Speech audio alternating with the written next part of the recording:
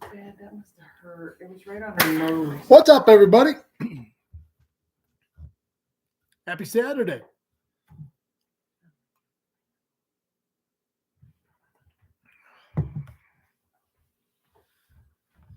Give everybody some time to jump in here and come on board. Come along, we're expecting you. The Love Boat soon will be You're still going. making another run. Set a course for adventure. Your mind on a new romance. Big Finish. No more screaming. The Love Boat What a big mouth. soon will be. Hey, remember. Did you turn off your website notifications so everybody doesn't hear beeping in their ear?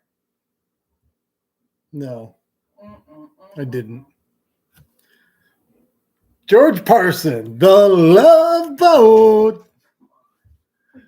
My wife is giving me the stink eye over there. She's like, Yes. come on, you're It's saying annoying. stuff that's copyright. You can't do it. No, it's because you're annoying. Oh, that's not what she said originally. Now she's saying I'm annoying. Voice like an angel. I can't imagine that would be annoying. I don't. Who told you that? You. Never. Many times. You can't even help the lies. What's up, everybody? It's Saturday. What a beautiful day it was until about an hour ago. An hour ago. Let's talk to everybody real quick because then I want to talk about, let's see, I'm going to make notes. We're going to talk about weather. How bad of a fisherman Captain Todd Sheltra is.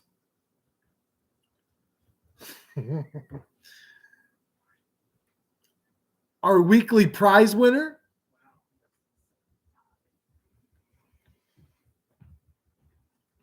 I'm making notes. Mine or yours? Yours.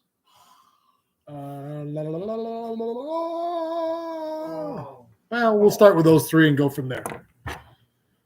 All right. Who's here? Man, there's a ton of people here. Look at it. George Parsons, E-Tricks. Mostly moved. Good job, buddy. No, David. That's an April Fool's Day joke. Huh? David Gould. Rumble Seat. Jumbo. Wisniewski. What's up, Eric? Addison Degata. Raining there? It is now. Yes, it is. Someone, but no, I didn't buy a boat. I was just happy singing the Love Boat song. Oh, Captain Todd Sheltra is on here.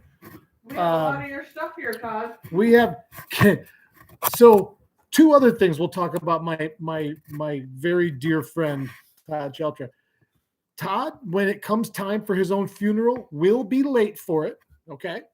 There will be he will absolutely not be on time. And everybody that knows him is laughing right now. And two, he will forget something. Okay. So him and I have fished together 4 times in the last week. And every time he's left something of his with me. So today, the newest trophy I have is his coffee cup.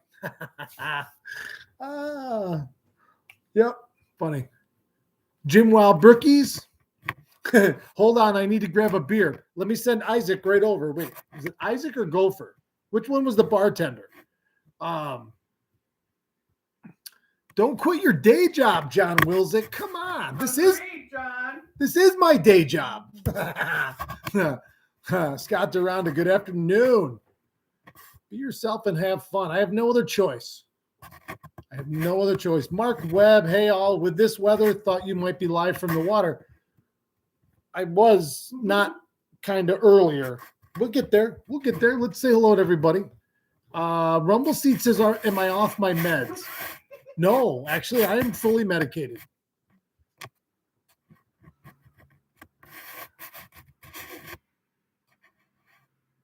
Eric says he's.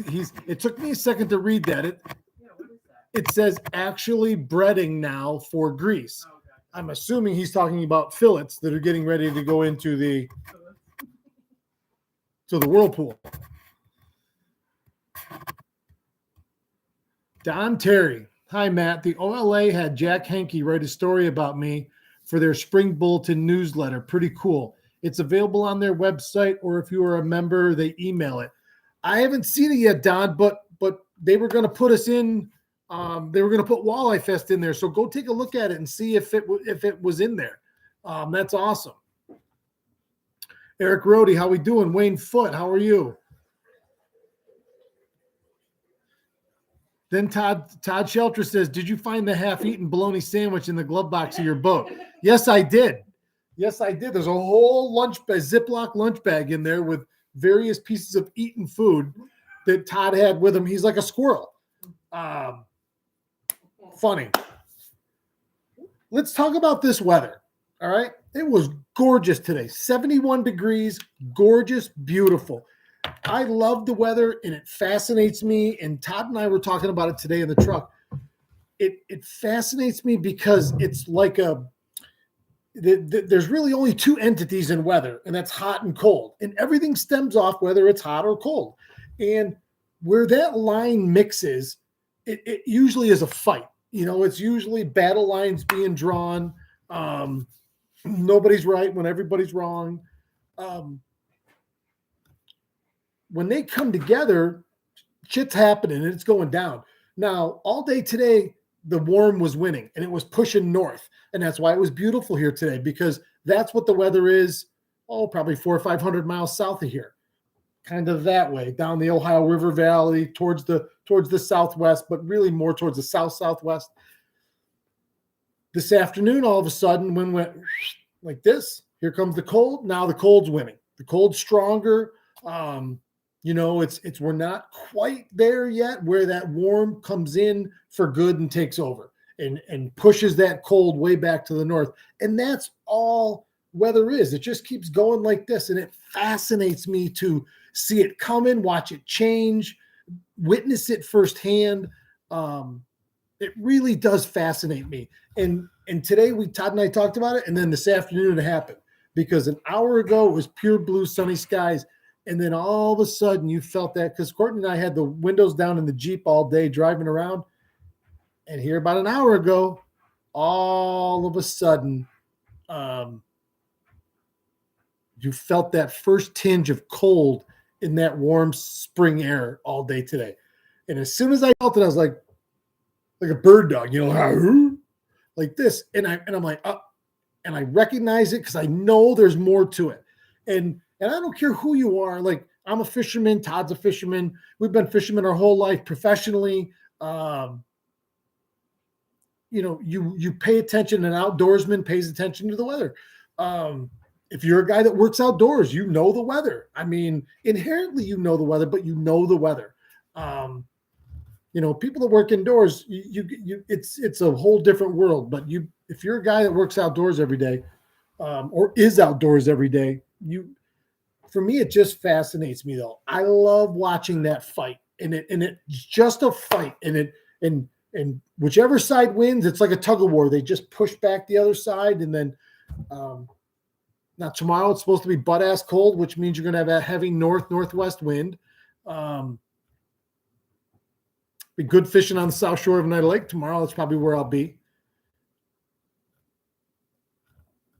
But it fascinates me. So there's our weather talk for today. And we're going to see it all. And now the next day they're saying this is supposed to go up and down for the next week, because neither side can really get a foothold and solidify their position. So they're just jostling back and forth. I mean, it could snow tomorrow. Who knows?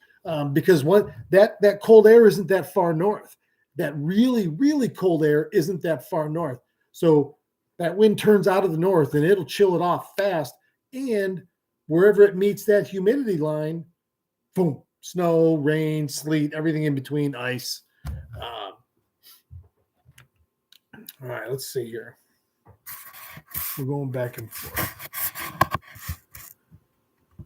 Eric Rohde, good afternoon. Wayne Foote, did you find the half-eaten? Yes. Andrew Costello, been a few Been a few since made the live. Storm rolling in. Yes, we were just talking about that.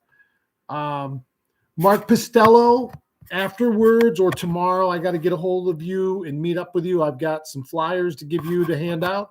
And for everybody out there that sent me your, I was looking for somebody in Rochester. We found that. I got 2 guys in Rochester that are going to put out stuff. I'd love to have somebody in Buffalo. If there was somebody watching, I can mail flyers to and put them out in tackle shops. Utica, Albany. We have somebody in Scranton. We have somebody in Allentown. I got somebody in Watertown. So if you're in any one of those places, you can DM me an address, and I'll send some out in the mail this week. I just got some more. They look great. They're a little bit bigger, still a little more eye-catching. So Mark, tomorrow I'll catch up with you. I'll message you and we'll meet up somewhere. Don Terry, Walleye Fest was in there. Yes. So that just means that Walleye Fest just got sent out to all the 2,000 plus members of the Oneida Lake Association. And those are the guys that if they care about Oneida Lake, they're going to want to fish this derby. That's a huge victory right there. That is awesome. Those are the kind of connections, guys, that if anybody out there has those connections, here's my thinking in this. When I approached the LOLA and vice versa, I said, I'd like you to put out a message that I give you, but you put it out to your membership. That way it's coming from the group that they're already subscribed to, because we've done a huge email campaign already to the tune of probably 3,000 or 4,000. And most all of it goes right into people's spam folders and they don't ever even see it. And so it's really fallen on deaf ears. But if the OLA sends it out to their own members, it's not going to go into spam file because it's already a recognized sender. And so now we just had direct marketing to 2,500 passionate people about Oneida Lake. I'll take that. That's how we grow the Derby, with the right people fishing it, attending the festival, being a part of it, being that positive influence in our fishing community, this is a big part of it now. I mean, this is going to be a yearly start to the open water fishing season every year. And now for all of us fishermen, we have something of ours. It's opening weekend. That's everybody will prepare for it. I don't care who you are or what kind of a fisherman you are. This is something that I want to make that is every fisherman's, like, this is our holiday, this is fisherman's weekend. And that's what I'm going for. And we just got the word out to 2,500 passionate people that are members of the Oneida Lake Association. If we can do that more, that's how we get it out there, because we already know they're good people. We already are vetting them. We already are knowing and saying, hey, come on, let's form something great and let's have tons of fun and do something awesome. Yes, that's awesome. That is outstanding and awesome. Scott Tagata, now known as Addie's dad. Yeah, she's awesome. You should be more like her. Scott's going to be mad at me for that one. Sean Kennedy, I missed it. Did you go fish with Shelter today? Okay, let's get into my good friend Todd Shelter. Todd and I fished on Oneida Lake the other day on Wednesday, and we talked about, today was opening day of trout season, and Todd and his brother, who owns Strike Zone Charters now and have lived here. They've lived more of their life in New York now than they did where they grew up in Vermont. But April opening day trout season was a big deal for both of those brothers, with each other and with their dad and their grandfather, where they were in Vermont. And for me, it was always a big deal because Grandpa always got taken out of school, and I'd go fish with Grandpa opening day. And a lot of times we would go one of a couple places. I remember he used to love to go to Grout Brook, which is way down on the south end of Skinny Atlas Lake. That was cool. So that was my sorry. But that wasn't I hope that wasn't through the phone because it's not on. We used to go to Grot Brook. We used to go to Chittenango. We used to go to 9 Mile, Butternut once in a while, Limestone. But Chittenango was probably the most frequented for opening week, for opening day. And so I got a hold of my buddy Todd last night, and I'm like, dude, and it was nice yesterday too. And I didn't really pay attention to the weather for last night. And that thunderstorm woke me up in the middle of the night, which never happens. And the lightning was snapping outside the window. And even when I woke up this morning, the whole side of the garage in my house out front was flooded. It just didn't register to me until we got driving. Todd came here this morning. We jumped in my truck and off we went. And we were going to go down to Chittenango. I went all the way down to Cazenovia. And we were going to start down there. And the first time we crossed something that was water, it was raging in chocolate milk. And we're like, oh, man. And everything was blown out overnight. We went all the way down to Kaz. We checked and fished Chittenango and in 4 or 5 different spots above the falls, below the falls. Then we went over and looked at Limestone. That was equally out of its banks. Butternut was the best of the 3. It's also the smallest, and it had a lot of debris. It hadn't turned to chocolate milk like the other ones had, but and I had a fish follow. I had a little trout follow my Panther Martin in this one spot, but you couldn't fit the pocket water was so fast. It was up. I mean, everything was up. Chittenango was up a couple feet. Man, it was a bummer, man.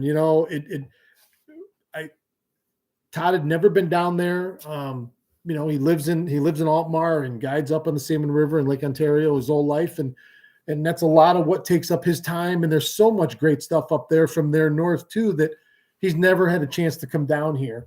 And it was awesome. So I got to show my buddy who I've been friends with for pushing 30 years now, something new, except Mother Nature had other plans, and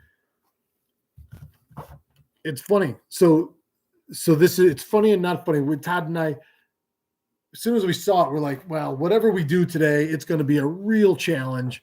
And it was, you just knew you were fighting a losing battle. And sometimes there's those days, I've had a couple people, listen, this is 4 days in a row for me. I haven't caught a fish. I haven't had a bite in 4 days. And 3 of those days were out here on Oneida, and today trying to catch stock trout on opening morning. And I couldn't accomplish one of those. But here's the thing about that though, for me, I had somebody busting my chops earlier today about it. It is what it is. I'm going to tell you that with all honesty. Fishing's fishing. And if we're going to do like if I do a daily show, then the daily is, some days you don't get them. Some days you don't get them as good. Some days whatever. I mean, fishing's fishing.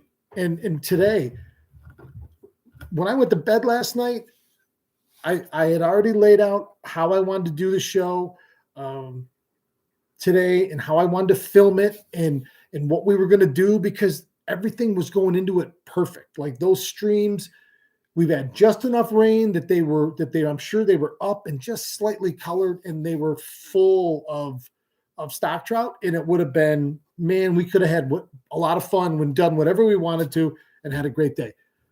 Until we had a torrential downpour last night that looks like it blanketed all of central New York or upstate New York, and turned everything to 3 feet high and full of debris and you name it, and freezing cold. Let's not forget that.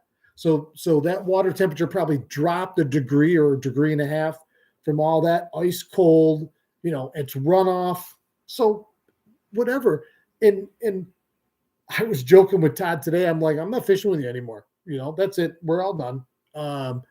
And and we're laughing, but it's just, it is what it is. And I don't know. It's not for out here, and I'm going back out tomorrow morning. I'll be back on Oneida. I haven't found any fish yet. I haven't found any, nothing to even start on. You know, I keep thinking these smallmouth will be nosing around shallow already, and they should be. And boy, they're non-existent. I went and looked a little deeper where I left them late last year in December. I don't find them there either.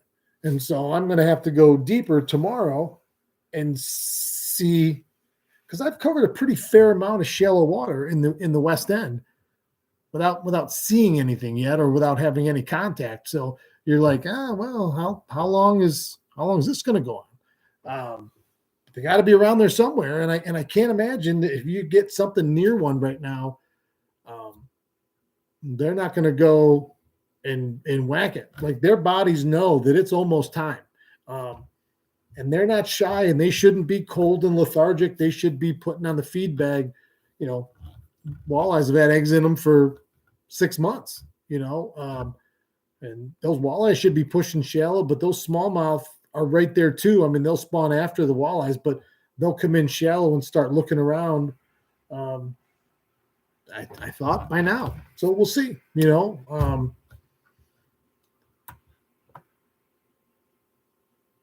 So yeah, Sean, I did go fishing with Todd today. Rumble seat, any change in the lake level?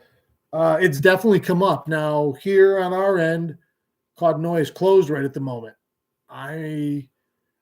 My guess is they're gonna keep it closed and let it come back up on this storm. Would be my guess. But we'll see. We'll take bets on that. Yeah, it's come up, what, 2 more of our steps are covered? It's come up almost a foot since they shut the gates down, and that was late last week, let's say.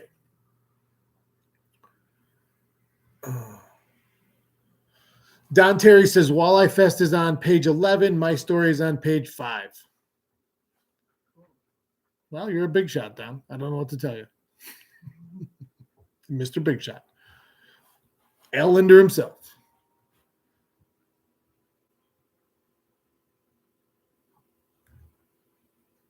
Everybody's talking here. Hold on. You guys are. Hold on. There's a lot of conversation here that. Stephen Eddy, no snow. I uncovered my boat today. Man, it was a beautiful day to do that. Tim Graver, what's up, Matt? Seems like I'm dealing with weather every day, but so used to it. We need all types. Yeah. Yep. Yeah, listen, I love watching the weather. Scott's daughter Addison says I should have been an earth science teacher. Listen, I wish I had paid more attention in those days and been more curious about things. Been a great teacher. Yeah, Courtney says I'd have been a great teacher. My grandmother always wanted to be a teacher. And in all honesty, I am. I teach fishing. That's my subject. You know, I guided for years, and like what we're doing now here, and this is fun chat and stuff, but I'm itching to be back out on the boat and doing technique specific stuff and having those moments out on the water because I enjoy it. And this is class, you know, and you don't have to be, I don't know how to say that, but I like teaching and I like showing people things, and it's very gratifying for me when people get a hold of me daily and go, thank you, you know. Anytime anybody ever meets me, the first thing they say to me is thank you. And it always takes me back. I'm like, thank me for what? And they're like, oh man, I've learned so much from you. And no one's ever explained it to me. And that's the thing, you know, listen, I'm not unlocking Earth's great secrets. I'm just showing people who might not have ever had the opportunity to see or experience these kind of things in fishing. And those are the things that will make everybody better. And it's not the end all be all. And again, I'm not reinventing the wheel and stuff. We're just explaining it and showing it, especially on our full length videos. And we're going through, here's what we're doing, but here's why we're doing it. And here's what it means when you do it this way or that way, or as you start going through progressions, that makes me think of the blade bait videos. And man, Mike and I will be back out there soon, doing more blade videos, because and I say it all the time, but the cool thing about fishing a blade is it's very interactive with the user. And as soon as you move that tip, you feel that thing go brrr, and it depends on, you can make that go super fast, slow it down, make it jump way far off the bottom, just pull it off the bottom, let it fall on a tight line, let it fall and fall on a slack line. Boy, there's a lot of variables to it, so I just teach through the ones that I've already tried, and here's what the results were, Tammy Hoover, hey. Mark Webb, Utica here. Addison's in Rome. Brian Hammond, what's up, buddy? We're getting ready to talk about you, my friend.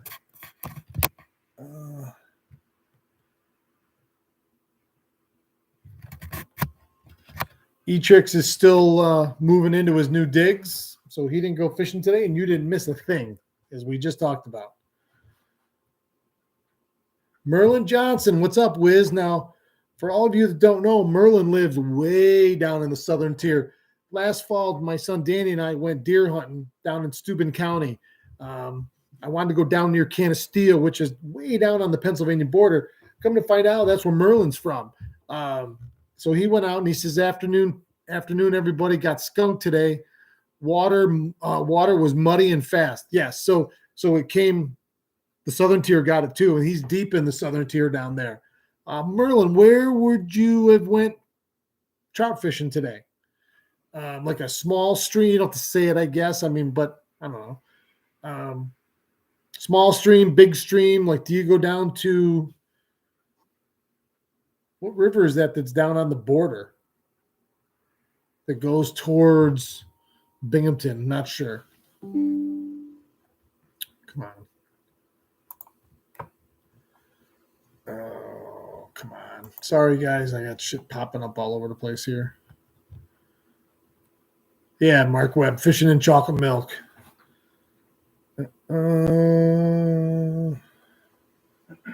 Muddler minnow works great during high water. Yeah. Yep, absolutely. Hey, Chris Bryan, how'd you do? Did you catch anything? And did you catch fish on your jigs that I saw you tie?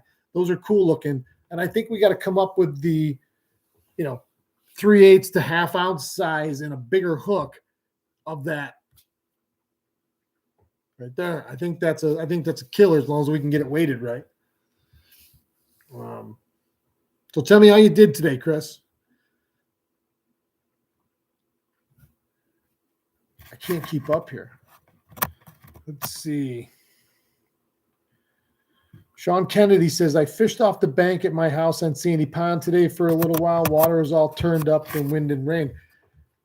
And it's funny. So we were pulling out of one spot in Chittenango, and Todd said to me, he goes, there's so much stuff in the water right now. He goes, you want to make steelhead stop biting? And he's talking about on the Salmon River. He goes, you want to make steelhead stop biting? Put debris in the water. He goes, the water can come up. He goes, if it's somewhat clear, he goes, and they'll still bite in it, and they will, like crazy, especially when it gets big, up over 2,500 to where you can still get out, 2,500 to 3,500 maybe. But if it's just chocolate and full of debris, they're going to go hide. They're going to hide on the bottom. They're going to hide, to try and get away from it. But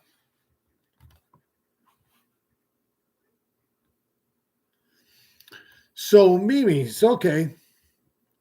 This is something we talked about in the boat the other day as well. So he said to me, he says, I know you want to be out there fishing, Matt, every day, but the water's way too cold. It's not the same as ice fishing. That is an outstanding comment. And I said something to Todd the other day, and I said it to you guys yesterday, I believe. Spring, early spring, right as ice out goes out, when that water is its coldest, really, because now it's still cold and it's exposed. And so it gets churned up and it gets colder all the way deeper. And the warmest I've found is 36.7. That's the warmest I've found yet. So that is just frigid. Excuse me. I've always looked at early spring, super cold water fishing as different than late fall or winter super cold water fishing. And I don't know why. And it's got to be mental. And I've always had a bit of a struggle that time of year because mentally I can't seem to dial in my head on when I go shallow, like I'm medium shallow, say 10 to 15 feet. I'm like, oh, okay. I feel like everything should kind of be in that range. But then if you don't find them there, then you think, well, 10 foot or less. Oh, that seems 5 foot or less. Oh, I can't be in 5 foot of water. That's so shallow. It's too shallow. And I got to work on that mentality because I really want to concentrate more on shallow this year. But then you get 15 plus. And then it changes what you do and how you do it. And this can be for any fish. I mean, we don't have to just be talking about walleye, smallmouth, same way, perch, because it changes how you approach things like that. But I also want to go out there, and especially this year, and really focus on identifying the seasonal movement from that ice out period. Where are they now? As soon as that ice is gone, and when that ice does go, do they all move quickly? Like, I don't even believe that. So then if those fish are still in 10 foot or less, they just don't want to know anything. I mean, like 3 days out there casting good stuff that's been bit, every other spring, maybe a little later, but that's been, good stuff that's been bit. Listen, if you put your good stuff in good spots, you should catch fish. That doesn't mean every time, but boy, after a couple times or two guys or fishing a mile-long piece of shoreline, really searching and fast fishing, boy, somebody should do something. We catch them off the dock in cold water, out deep, going really, really slow with the Kitech. Correct. My wife is telling me what we do off the dock, and she's right. It's low and slow, but you can do low and slow all you want. You don't catch a fish until you get it near one. So I'm with you. I'm with you, Mimi. Stephen Eddy, Salmon River must be raging. I'm assuming because everything else came up fast. And then Todd and I were talking today about what's that going to do to the Salmon River. You got to hope that big flush of water doesn't suck all those post-spawn steelhead out, because it could push them all the way to the lake in a couple days, especially if it's dirty and they don't want to fight and breathe in all that crap, Don Terry said the Nida Lake this morning is about 6 inches below summer level already. So yeah, I'm a little, yeah. So they're holding it back. Jim G, what's up, buddy? Good evening. Brian Hammond got my boat home today too. Yeah. Yeah. Awesome, man.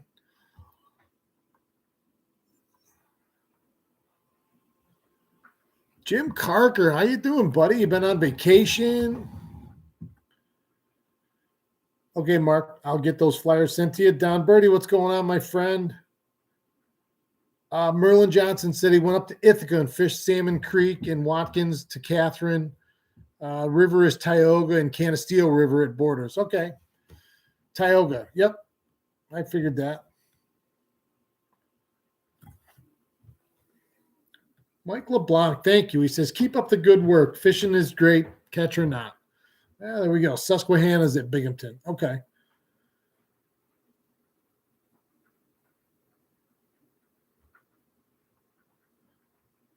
Oh, Chris Bryan ended up working today. I'll be out next week putting them to the test, and we can talk further about some bigger versions. Disappointed I didn't go fishing today. Listen, when work happens, it happens. But Chris says, I get out. I rarely miss opening day, but I have produced some browns on them already. Lost a beautiful chrome on it the other day. I will be dropping a bunch of pictures soon. Yeah, those little bugs really look awesome that he was tying. I don't even know what that style is called, honestly. Eric said we clubbed him today. Right on. I did see very briefly. I've been running nonstop for 2 days. There's a whole lot of people out in the world that have been messaging me and calling me, and I have been swamped. So I'll regroup tonight and tomorrow and into Monday, and I'll get back to everybody. A lot of great stuff. I mean, I got vendors calling me left and right. If you know anybody out there who is a fishing vendor of some sort, let me know. We definitely need some more and want some more fishing vendors on site. But we got a great mix and a ton of great people and businesses to introduce everybody to at Walleye Fest while you're listening to music and having some food and a beer. That's real nice, Clark. Real nice. You're at it again. Real tomato ketchup, Eddie? Nothing but the best, Clark. Scott hit Terry Bay, warms up quickly in there. Good mix early season. Yeah, I couldn't yesterday. I wouldn't have made it over there. I'd have split the SS minnow in half. And Joshua Miles. What are you trying to catch around this time, or just looking for bites? I'm fishing for smallmouth, perch. I wouldn't mind finding some of those deep water pumpkin seeds now that they should have come out of the back bays.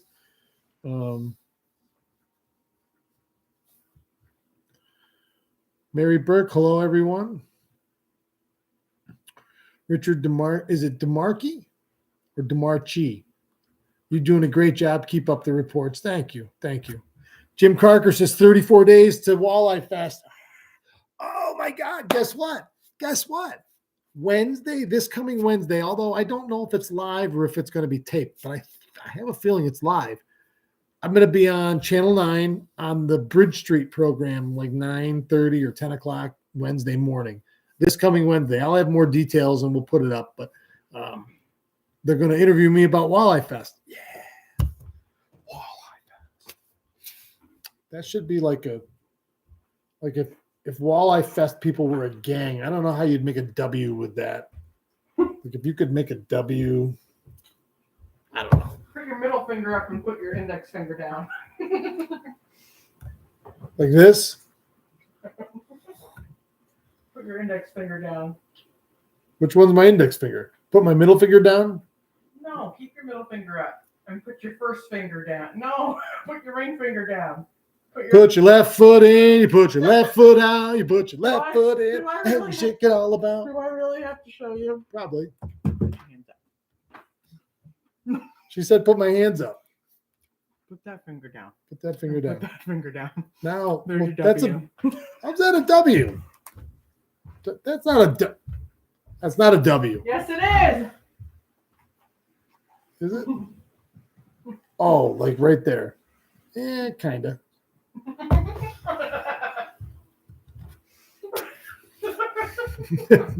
No, Sean, I'm not reading that.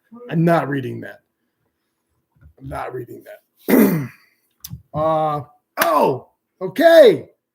Everybody stuck around. I'm sorry, I've been yakking. Let's talk about the winner of this week's goodie pack. Okay. And let's talk about the prize winner this week he was ticket number 9. So it was the first night. And here's what he's got coming. Before I tell you his name, I have six brand new hot off the presses. This is not. Hammer spinners. Hammer spinners. My good friend Brian Hammond, owner of B Hammer Tackle. So we've got this cool new hat. 6 of these bad boys. That's purple. I'm going to put them in the hat. That's purple. That is fire engine red. That one looks good. I like that a lot. Red is a trigger color, no question. Although this one is my all-time favorite. It's hard to make this one out color-wise. That's orange. Orange is killer. This is one of those live scale patterns. I'm not sure. It's got stripes on it, so I think it's perch with gold blades or something like that. But that's a cool one right there. That one's hot too. And look at those bead colors. It's really hard to get right there. Look at those bead colors. So that's a Mountain Dew color tape with lemon lime beads. That's going to be hot. I'm going to tell you right now, that in the weeds is going to be hot. Smoking hot. And this is what I believe Brian told me yesterday when I got these, that this is one of the new ones. This is the Wonder Bread. That is a Wonder Bread blade right there. That Wonder Bread has been popular for the last year and everything. Everything. So you got a new hat. You got 6 hammer spinners.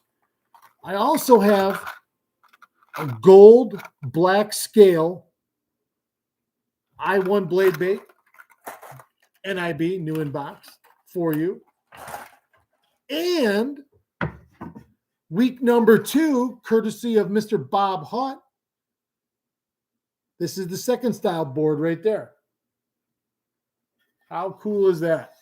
How cool is that? We have some amazing people that are out there donating to WalleyeFest already this season, and we have more. I have people calling me every day saying, "Man, how can I help? How can I be a part of it?" So I already told you it was the 9th ticket, and I'm happy to announce Mr. Louis LaPlante is the winner of this week's ticket giveaway. And I'm lucky enough, I know Louis. Outstanding. Way to go. Way to go, way to go, way to go. I'll get a hold of Louis, unless he's out here listening right now, or if any of you guys know Louis, give him a call and tell him he won a really, really cool pack. He's gonna shit. That's so funny. He is gonna shit. I guess I shouldn't have said that, but he's not gonna shit. That's like the scene from Fast Times at Ridgemont High after they crashed the Z28. Spicoli's driving. Yeah, he's driving that big Z28 and no. And it was Forrest Whitaker's. It was Forrest Whitaker's. What was his name? James. Big dude. They crashed the car and he goes, "Spicoli, my brother's gonna shit. Then he's gonna kill us." Spicoli goes, "Whoa, what is it? Is he going to shit or is he going to kill us?" He goes, "First he's going to shit, then he's going to kill us."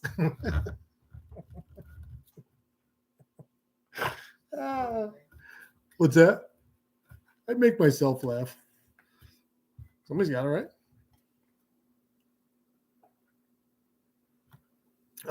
Louis, right on, buddy. Thanks, everybody. Thanks. Fast Times at Ridgemont High. Mr. Spicoli. One of my favorite movies of all time. I've watched that movie more than I care to remember. Yeah, Scott opened up the boat today. Time to go brown trout fishing, Mr. DeGata. All right, we're at 45 minutes. Thanks, everybody. Anybody got any questions? That we covered a lot of stuff today. It was a fun day, boy. I really had such high hopes for today, for for opening day of trout season. It was going to be fun, and it was still fun. I mean, we had we always have a good time talking, and there's never a dull conversation when we're together, and it's that way anytime I'm on the boat with anybody, I'm not because I'm in the boat, but anytime you're out with the guys, I mean, conversation's easy. You talk about everything, whatever comes up, you talk about it, and you see where see who believes what, and you go from there. All right, everybody, have a great evening. I love you guys, man. Thanks for tuning in. Thanks for joining along. We got a lot of great stuff coming up. I'll have more details on the live on Bridge Street. Can you imagine this live on TV, real TV? I got to figure out what I got to wear. I'm going to have to get a haircut. Maybe I should get this thing trimmed or colored in or something. Color it all jet black. Like Roy Orbison. I'll go in with a big pair of sunglasses on, a jet black beard that's 1.5 feet long. Over and out, my friend. Scott, he says, still need to run it, change oil, and I changed the battery wiring again. Well, come on, mister. Let's get on it. All right. I'll talk to you guys tomorrow somewhere. Probably out there. Freezing. Getting soaked. All for you. Keep your tip on.